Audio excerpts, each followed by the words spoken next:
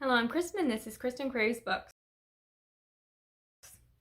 So I've always been much more of a standalone reader than a series reader. I've talked about all the series I'm in the middle of, the ones I'm getting rid of, but on my blog I talked about some sci-fi and fantasy standalone books that I absolutely love and would recommend, and that post seemed to be pretty popular, lots of comments and engagement with that post, so I thought I would film a video here as well. And there's quite a few books on this list. Most of them I own, some I listen to an audiobook, so we'll just get right into it. First up is one that I finished recently, and actually has been getting a lot of mixed reviews, but I really enjoyed it. I'll talk more about it in my wrap-up for May, but that is Lore by Alexander Bracken.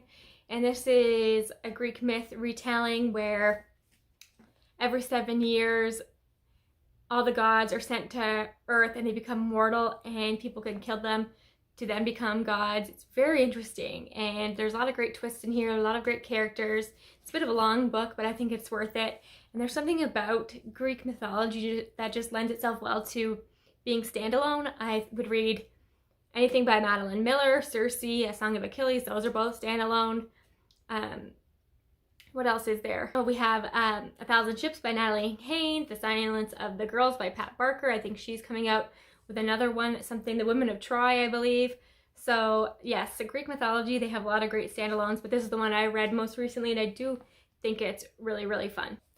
Okay, even though I think most people have read this by now, I couldn't not include it on a list like this, and that is The House in the Cerulean Sea by T.J. Klune. I would say this is light, warm-hearted fantasy. If you're just looking to dip your toe into the fantasy world, start with this one. It is, everybody says it's a warm hug. It really is. It's just so charming. I love all the children in here and their interactions, and how unique they all are. They are what make this a fantasy novel, and it's just so fun and sweet. I'm so excited that T.J. Klune has another book coming out this year. Now we have what is probably my favorite book of the year so far, and it's such a hard book to talk about, and that is Pure Nessie by Susanna Clarke. And don't let this cover fool you. It is not Greek mythology. I know a lot of people, including myself, were fooled into believing it was, but these statues, they are very important in the story, and this is one you just have to go along with. It is pretty short. It is told through diary entries. We're following our main character, and he is writing, Pure Nessie is our main character, obviously, and he's writing letters and diary entries of what he observes in his world. He lives inside this house that is very interesting. It has these statues, there are tidal waves, and there's one other person called the Other that he talks to, and the story kind of plays out from there. But this has been shortlisted for the Women's Prize, and I think it deserves it. I kind of hope it wins, but it's a beautiful, unique fantasy that you just have to go into it blind, I think, and commit to the journey. Here's one that I talked about pretty recently because it's an underrated book, and this is Follow Me to Ground by Sue Ransford.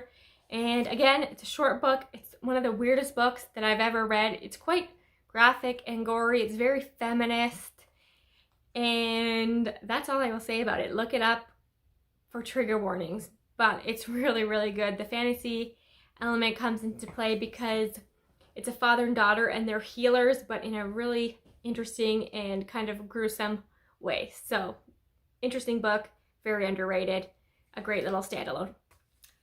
Did I just speak about weird books? Because here's another weird book. This is Lanny by Max Porter, and this was pretty popular when it came out a few years ago. And on the surface, it feels contemporary.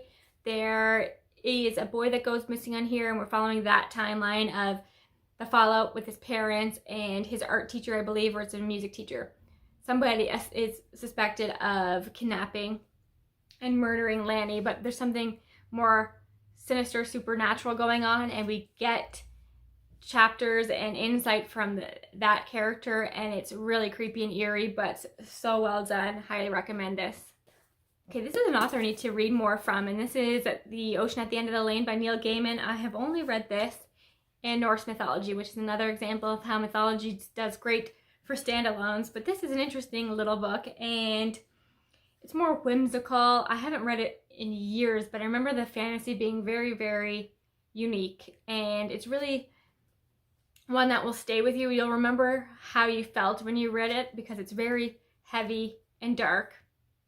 And what I remember most about this is that the ocean in here is more of a pond, but it's powerful. So go into this one. If you have any Neil Gaiman recommendations, please let me know, because I never know which one to pick up next. I've had American Gods on my TBR shelf for years. Now here's an author I know so many of us recommend, but it's just so great, and it's Dark Matter by Blake Crouch. Now, I have only read Dark Matter and Recursion by Blake Crouch, and I think I actually prefer Recursion, but I don't own it. But if you're looking to get into sci-fi and you're not into space and the universe and things like that, I would recommend his books. This one is focusing on parallel universes, and Recursion is about memories, implanting memories, altering memories, and things like that. Both very fast-paced. They read like thrillers. They're very compelling and a great way to start if you're looking to get into sci-fi and nice standalone. Here's another book that is fighting for my top spot of my favorite book of the year, and it is Claire and the Sun by Kazooie Shiguru. And I would also recommend my favorite book of all time, Never Let Me Go, but I talk about that one all the time. So this one is following Clara, who is actually an artificial friend, so she's an artificial intelligence. And these artificial friends are purchased for young children. So she starts off with her in the store observing everybody that comes into the store and outside the windows, and then she's eventually purchased, and it's such a bittersweet story. There's like such a heavy feeling the entire time that you're reading this, but it's so beautifully done, and I absolutely loved it. Another classic recommendation, but I couldn't not include it, and it's The Martian by Andy Weir. This is actually one of the books that got me into sci-fi in the first place, and I'm actually currently reading his newest release, Project Hail Mary. Loving it. I think I might even like that one more than this one, but they have the same tone, the same sense of humor. It's giving me everything that I loved about The Martian in there. So in The Martian, we're following Mark Watney, and he is trapped on Mars, and he has such a good sense of humor, and you just see him survive. So if you're into survival stories, read the book. I actually liked the book way more than the movie.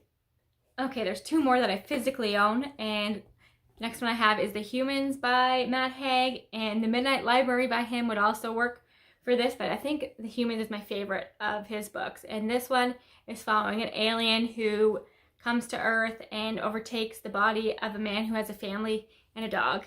And we're really just getting the insights into this alien and their thoughts on humanity, and they have some great observations, and it's just really hysterical and heartwarming and thought-provoking, which most of Matt Haig's books are. Okay, another favorite book of the year. I absolutely love this, and this is Pet by Kweki Emezi. I had this as one of my 5-star predictions, and I was so right, but it's kind of cheating because I already knew that I loved Kweki Emezi's writing. They are just so talented, and again, a short book. This would be middle grade YA, but it's so thoughtful, and it's one that I will continue to think about. It's really affected me, and it's sort of, I don't know if it would be a dystopian, but we're following Jam, our main character, and her mother is an artist, and one day her art comes to life in the form of a creature which she calls Pet.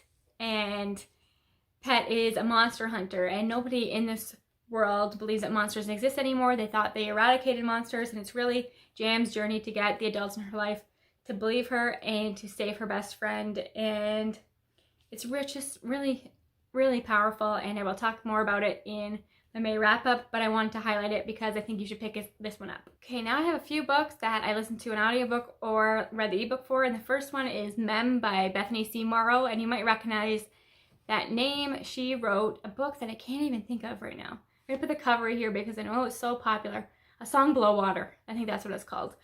And I kept meaning to read that, but I haven't. And Mem is actually just a novella, a short story about another artificial intelligence who humans' painful and memories they want to forget are placed into these AIs, and then maybe one of them becomes sentient, and there's lots of ethical, moral questions that are brought up. So if you're looking for something a little bit shorter, but will get you thinking, that's a great one. And then the last one I have to recommend is actually a Peter Pan retelling. I love Peter Pan retellings, but there's something about this one that really stands out to me, and it's Peter Darling by Austin Chant. And I have realized that this is actually a hard book to track down. I've wanted to have a hard copy ever since, but I can't find it. I listened to it on Scribd, but it's not there anymore. So if anybody knows what that's about, please let me know. But if you can find this, grab it because it's really well done. It really humanizes Captain Hook and Peter Pan, and it makes me feel connected to them in a way I never had before. And it's set in Netherlands, so it has that whimsical element, and Tinkerbell's in it, and the Lost Boy, so everything that you'd expect from a retelling. But it's about the relationship that develops between Peter Pan and Captain Hook, and I just thought it was really beautiful. So that is it. Those are my recommendations for standalone sci-fi and fantasy. And if you have any recommendations or if you've read any of these books, please let me know in the comments. Thanks again for your time. I'll talk to you soon. Bye for now.